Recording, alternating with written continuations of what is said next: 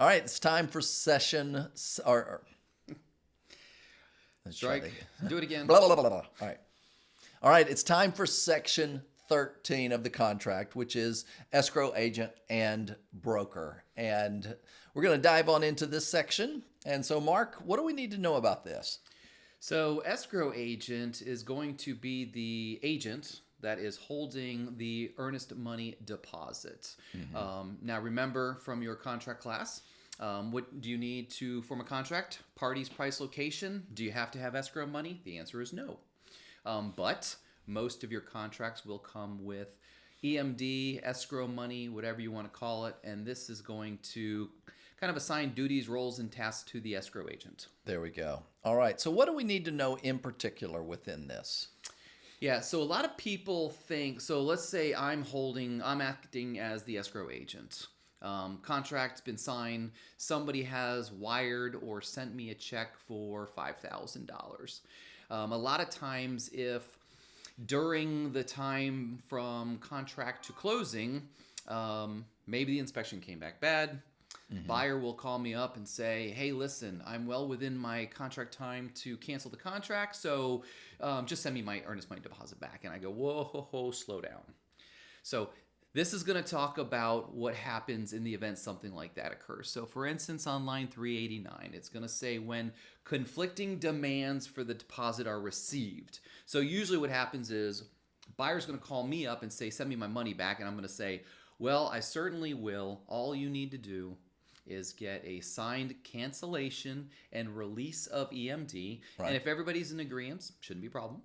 But let's say the seller decides, No, I want that. yeah. Yeah. Or I just don't want to sign it because I don't want to sign it.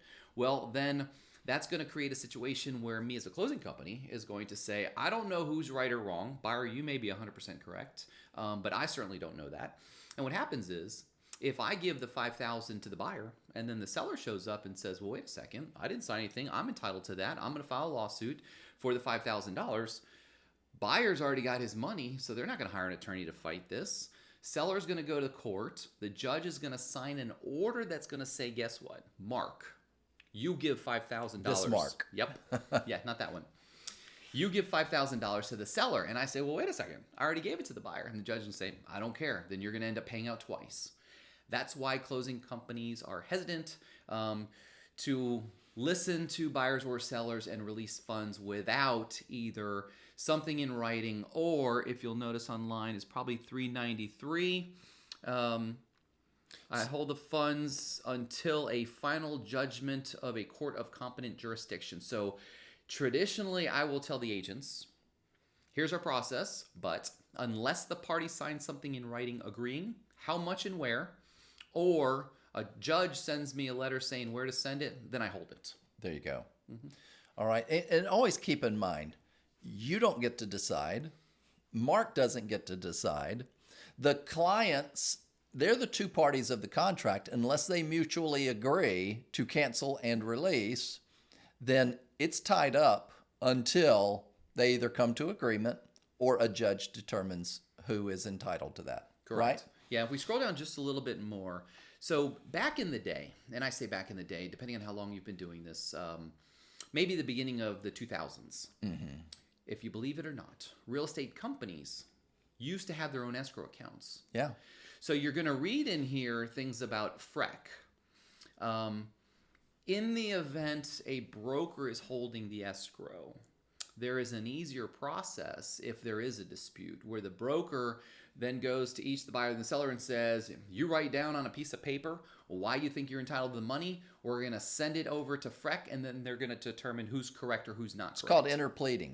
Well, that's a little bit different. Okay. That's the FREC one. Okay. So for me, since I'm not a licensed agent, I can't use FREC. So Yeah. if I'm holding the earnest money, or any title company is, when you read this portion of the contract, FREC's not going to be an option. So what Mark was saying was, I will hold the money for a certain period of time, and we'll get more into this when we get into the default section. But I'll hold it for a certain period of time, and if it's not voluntarily resolved, one way I can get rid of the funds is to interplead the funds into the clerk of court, which these days will cost about $2,500 to $3,000. So a lot of EMDs come in at $500, $1,000, $1,500. not enough to pay an attorney to actually interplead the funds. So that may or may not even be a solution.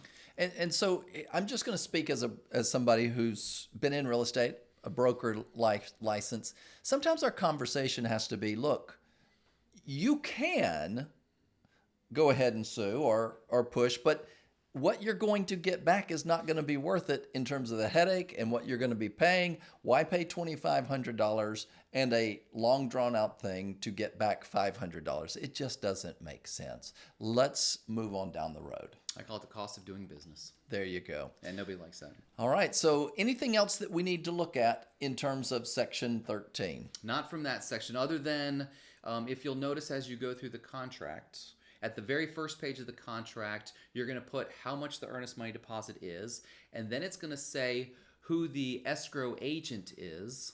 And everybody thinks the escrow agent and the closing agent are always one and the same, but they do not have to be. Yeah. So for instance, I could hold earnest money deposit while some other closing company actually is handling the closing.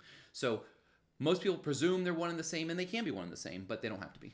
Yeah, and just from a logistics standpoint, it is a little bit tidier to have it all in one place. I agree. So there you go. Section 13. Come back. We're going to talk about Section 14.